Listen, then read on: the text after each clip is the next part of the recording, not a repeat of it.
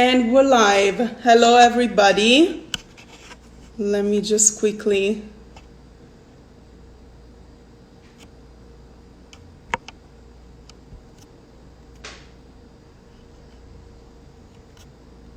Put the banners on. Who's here? Who's here?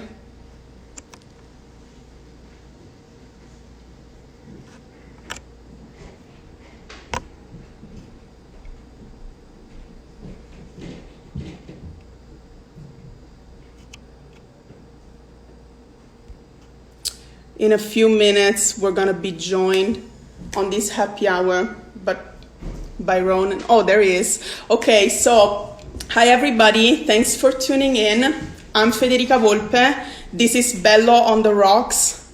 As I said, in a few minutes, we're gonna be joined by Ronen Rubinstein, the star of 911 Lone Star. Amazing show. If you guys haven't watched it, please tune in because it's really, really good. Before we start this happy hour though, I would like to say something quickly. This weird and hard time that we're facing, I think it's reminding us of how precious life is and how important it is to take care of each other and to act in a common interest, to think not only about ourselves but also about the others.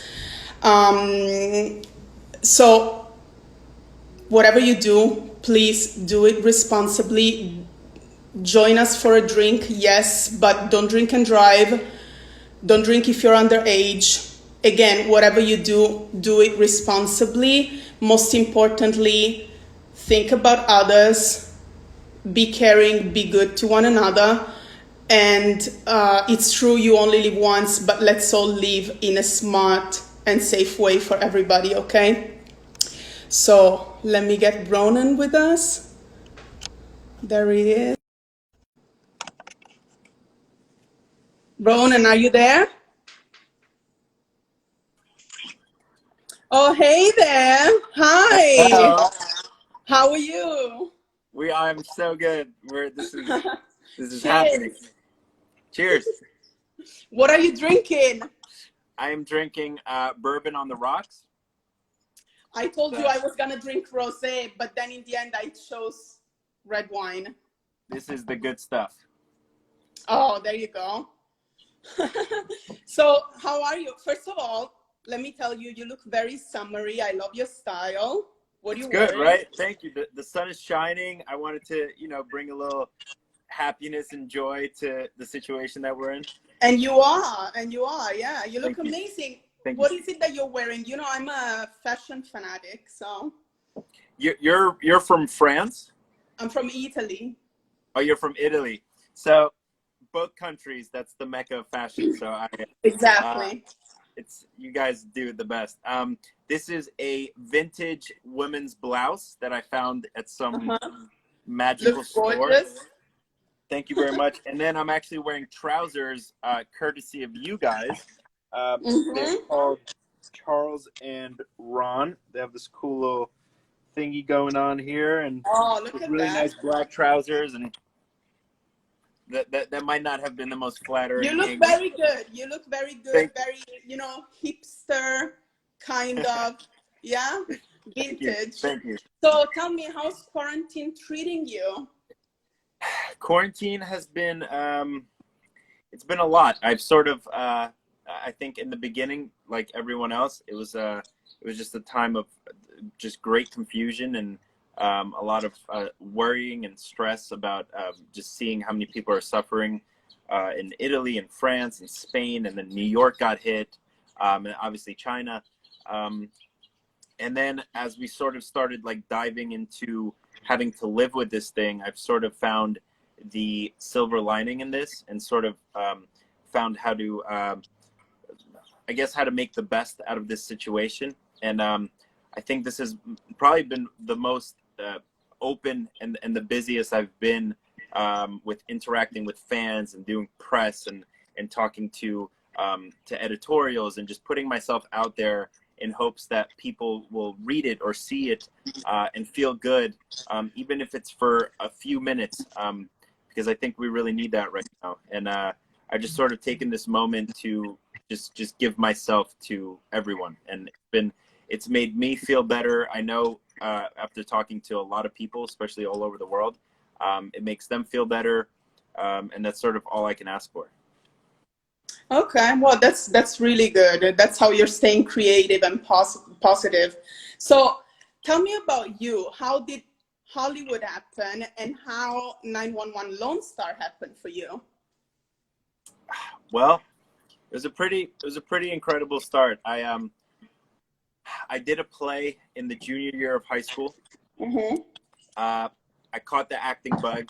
I never thought about acting before. I obviously grew up watching movies and was always in love with film and television, but never knew what it was to pursue it professionally, especially with the way I was raised. My parents are immigrants from the Soviet Union, and I was born in Israel. So entertainment was sort of out of the question.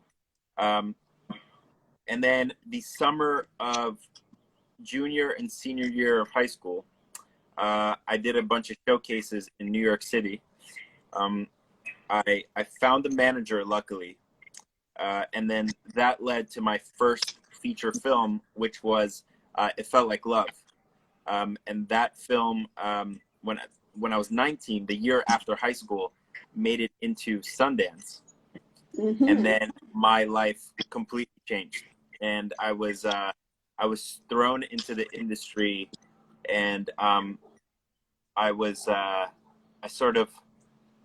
was like a rude awakening of like, oh, I am in this. I am doing this now. And then one thing led to another, and beautiful projects along the way. And then 911 Lone Star was an audition last year, I think in June or July, and it was very quick. It was an audition, then 4 weeks they wanted to test me, and then 2 days after the test, they say Rob Lowe wants the chemistry read with you, and I found out the next day that I was TK Strand. So it was like, Were you like freaking out? Were you like freaking out to do a chemistry reading with Rob Lowe? Yes, very so, especially knowing obviously, you know, he's a massive star, and he probably expects, you know, a lot, and it was a really good test for me as an actor and as a professional to like just stay in the zone and just do my thing. And our chemistry was instant. We would joke around, and the scenes were going really well. And then once I left, I like called my mom, and I was like, "Oh my God, that was crazy! I don't even care if I don't get it. That was one of the greatest moments of my career. I got to just work with this man for like an hour, and the next day I get a call that I get it. So it was crazy." Well, and season 2 is happening, so congratulations for that. And so, can you tell us, like, what could we expect? And most importantly, is there something that you are excited for your character to explore more in season 2 that you can tease? Well, so here's the thing. I'm not lying. I truly don't know what the writers are going to do next season. I know that they've only gotten into the writers' room this past week. Okay. But I do know, well, the world knows now that the showrunner, Tim Minear, confirmed that there will be a crossover in season 2 with wow. So that's huge. That's something everyone's been looking forward to. I'm looking forward to it. And as for what I want for my character, I just want to explore more of the relationship between Carlos and TK, also known as Tarlos. And I want to explore that. I always say I want to go on really fun dates with him. I want to cook him dinner. I want to go to the movies and just do really fun couple things. And I really want to explore. I want to further explore my relationship with Rob, because we left on a really good note at the end of season 1 between TK and Owen. So I'd love to explore that. Can't wait. I would love to see that too. So you portray a firefighter. So how was for you to prepare for that role? Did you also have to go through a physical training? Because, you know, I know that's quite hard. Yeah, we trained with a firehouse up in Van Nuys, California. Okay. They took myself, Brian, and Natasha under their wing for the entire day, and they let us spend the day with them, eat with them, cook with them, explore the firehouse, ride in their fire trucks. I actually got to go out on a call with them, like a real life call, and that was incredible to like learn literally while it was happening. And yeah, that physically wise, it's like what you see in the show is what you get. Like we are wearing full equipment. The few times we're wearing tanks, that's us. I remember the oxygen mask scene, that's us. Yeah, we're constantly in these heavy boots and heavy equipment and heavy helmet. And at the end of the day, we're definitely extremely tired, but it's nothing compared what the real firefighters in real life do. So it's definitely fun. It's tiring, but it's completely worth it. I can imagine. So you brilliantly portray a character that is a member of the LGBT community. Thank you. So how important it is for you as a person to spread such a beautiful message of love and acceptance through your character. It's incredible, especially because that's sort of what I want to spread as a person, as me, Ronen. Hold on, we have a very loud car outside.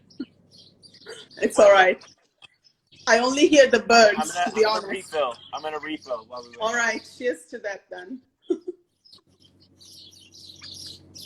Salute. Salute. My best friend in the whole world is Italian. His name is Alberto Frezza. Oh, ciao Alberto. I love him.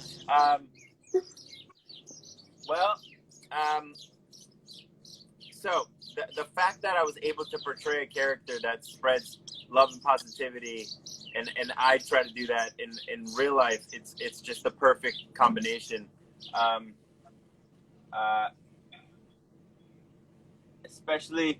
Especially because it is in the Ryan Murphy world, and you know it's such a incredible community, and they expect to be represented properly and respectfully, and you know obviously Ryan Murphy is going to do that very well, and I'm beyond proud to be a part of that community and to be in that community as in television, and obviously to be in Ryan Murphy's world, which is just it's the biggest honor.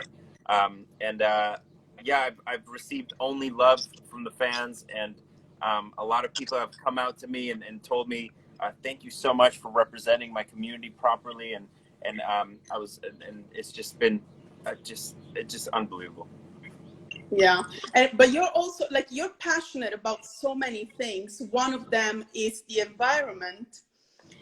And I think this is like a conversation that we don't give often the right importance to. I think like a lot of people I talk to, they're like, you know, but can one person make a difference? Me alone, I cannot do enough. So what do you think, according to you, are like actions that we can take in our everyday life as individuals to help at least, you know, heal the world? That if there is something, let's say, positive, for how positive it can be about this pandemic, is that the world is breathing a little bit, you know, the earth is breathing. So what is it, according to you, something that we could do to help the environment, to help the world? Oh man, well, I think first and foremost is educating ourselves and really taking the time to find out what is causing this incredible pollution in the world, what is causing climate change, which industries are affecting the world more than others, and then sort of decide for yourself what your first step is. And I say that because there's many ways of doing things as as as citizens, and you know, we might seem like we're not big enough in the overall equation to make a difference, but we are. One thing you can do is what you eat. You can cut out red meat. Red meat is, it's one of the biggest polluters in the world. It's the first of all, the animal agriculture industry, period, is the top 5 largest polluters on the planet.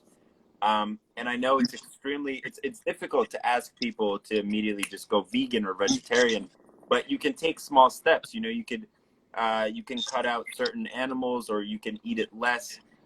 You can also not shop in stores that mass produce products.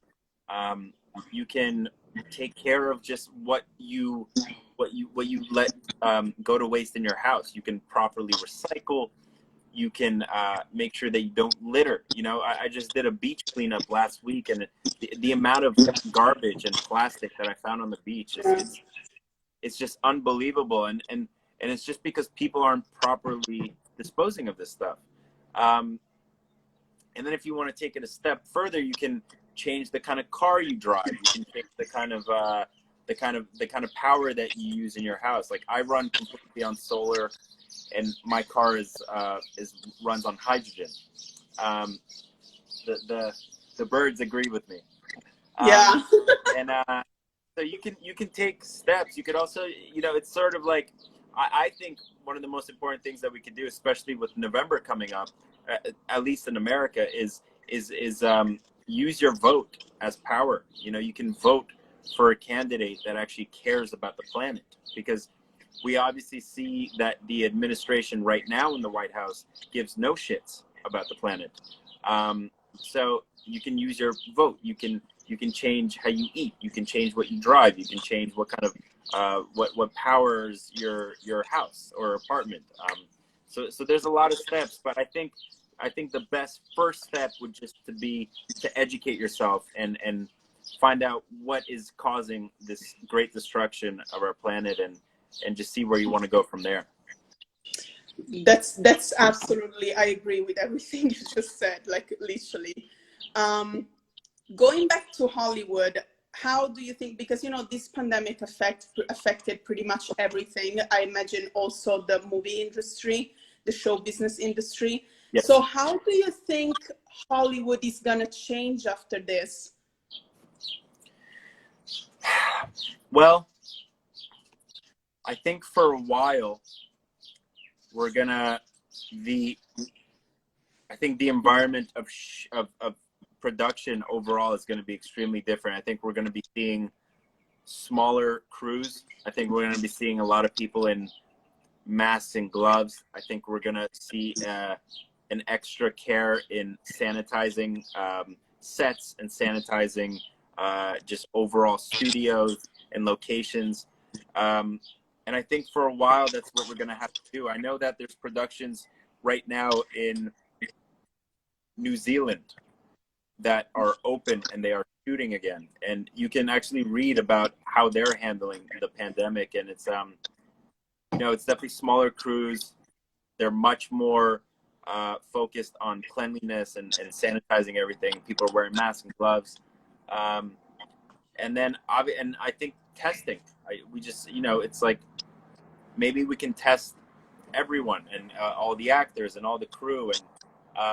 And I think until there is a vaccine, or until cases go down drastically, I don't think the normalcy of what we're used to of shooting, it won't be soon. I think 2021 we might see some normalcy coming back, especially production wise. But I think we're just gonna have to adapt to this new form of living, and that's what we do as human beings. That we adapt and we make it work somehow. That's the beauty of human beings. And apparently we're shooting season 2 this year, so it'll be very interesting to see how we shoot it, what size productions are, where we shoot. Luckily, we have Fox Studios, so we have a controlled environment. So it'll be very interesting to see we do it. But I think they'll follow the guidelines of what's going on in New Zealand, and I know that that Tyler Perry is going to start shooting in Georgia in a couple months. So I think it's going to be a lot of like a lot of learning along the way to see what works and what doesn't work. Yeah. Yeah. Well, a lot of people keep saying, I don't know if you heard this, they keep saying, you know, the world will never be the same again and nothing will be as before. But as you said, I think that slowly we're going to go back to what was normal, if you know what I mean, you know? I don't think we will never go back to normal. I think that's a massive statement. I think life will be different for maybe a year, maybe a year and a half, maybe 2 years. But I think we're going to adapt to living in this situation. We're going to come up with some sort of vaccine. Yeah. And then slowly, you know, in phases, a lot of countries and a lot of states, they have all these phases that they're going to reach in order to open the world back up. So I think for a while it's going to be rough, but you know, it's amazing. I hear that even in Italy right now, things are slowly starting to open up, and I know you guys have been stuck in your apartments for like 50 days, 60 days, and I think that's a huge sign of what's to come. If places like Italy and China and France and Spain can slowly start reopening, I think it's a really beautiful moment, and we need to learn from this. And you know, I think in a way, and we sort of talked about this before, I think in a way there's a bit of a silver lining to this whole situation. And I think people will learn to appreciate what they have in their own lives, appreciate other people, appreciate the planet, and just not take for granted what we take for granted every day. Like, I will never look at going to the grocery store the same. You know, like, these are the heroes that are staying open right now and risking their lives. And we used to just run in and out and just grab a bunch of stuff and just in the store and then just leave, you know? So it's like, I think we can learn a lot from all of this. And it's just awful because so many people have passed. So I think we cannot forget that, and we need to learn from those people that sacrificed their lives, and we need to evolve into a better direction. And I think we will. I have a huge belief in the human race, and I think we'll come out on this bigger and better. I hope so. Me too. I have faith in the world and in human beings. As I said at the beginning of this live, first of all, thank you to all the people that joined us. I'm gonna put the comments on right now. So I saw that some people were following us from Ireland and Russia. So if you guys have some questions, just write them right now. I have some incredible fans. You really do. They are so loyal. They're so wonderful. A lot of them have been with me through for years now, and I just want to thank you guys. You guys are incredible. You know who you are. I love you, and thank you for supporting me, truly. Yeah, but as I said before, going back to what the pandemic taught us is, I think, how important, how precious life is. Yes. And now, you know, as you said, my country, people have been locked in. My own family has been in lockdown for like 3 months, isolated for almost 3 months, you know, and I think what's the silver lining is that people is learning that also the stay-at-home order is actually to help others, to help all the doctors do their job and saving lives properly. And so again, thank you all for joining the happy hour, but be responsible. Again, don't drink and drive, you know, life is one, and let's live it like smartly. And so now going back to you, what is the first thing? Cheers, that was beautiful. Cheers, thank you. I felt like I had to follow up with what you said. That was amazing. So, you know, I had to say something amazing too at that point. So, what is the first thing that you're mostly excited to do after all this will be over? Oh man, I keep joking with my friends that I'm gonna take all of my closest people and I'm going to rent a beautiful house somewhere with a pool and just throw them the biggest party ever and I'm just coming. celebrate each other. Yeah, you're invited. Thank Everybody's you. invited. I'm already there. Just celebrate each other and love each other and I just want to hug my friends and I just want to see my friends, you know what I mean?